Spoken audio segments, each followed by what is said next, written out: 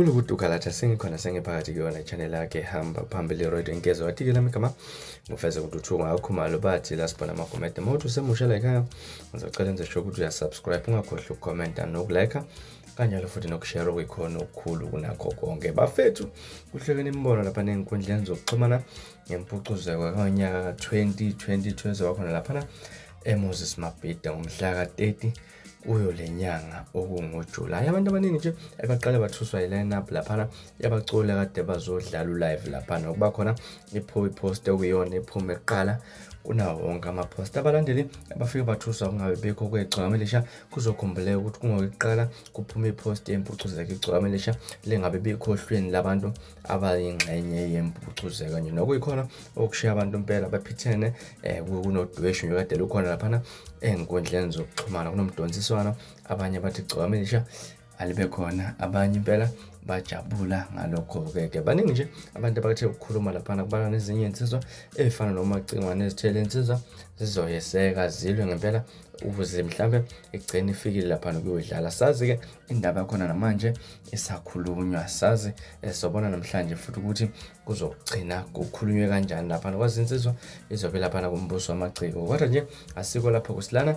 namhlanje kuke kwaphuma ilist enabaculi abaphelele kwizobe bazobadlala kwiMpucuzeko lapha abantu abaningi abafika bathuswa kungabe bekho kwemfezi emnyama ukungabe bekho kwaMtekhala umthandeni naye akekho kwilist kanjalo lophuze chemist akekho ihashela imhlophe alikho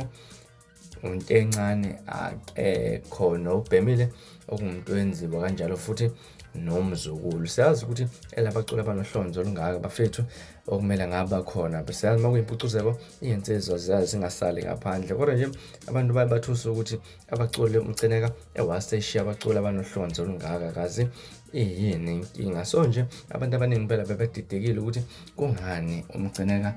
eshiye abantu abafana noNtencane abantu abafana neMfezi emnyama lapha kanjalo noMzukulu baningi nje abaculi abathe ukusala abanohlonzo bafethu ngakuthina okuphawula mhlawumbe mangabe ubheka ukuthi isiphi isizathu esenza ukuthi umcineka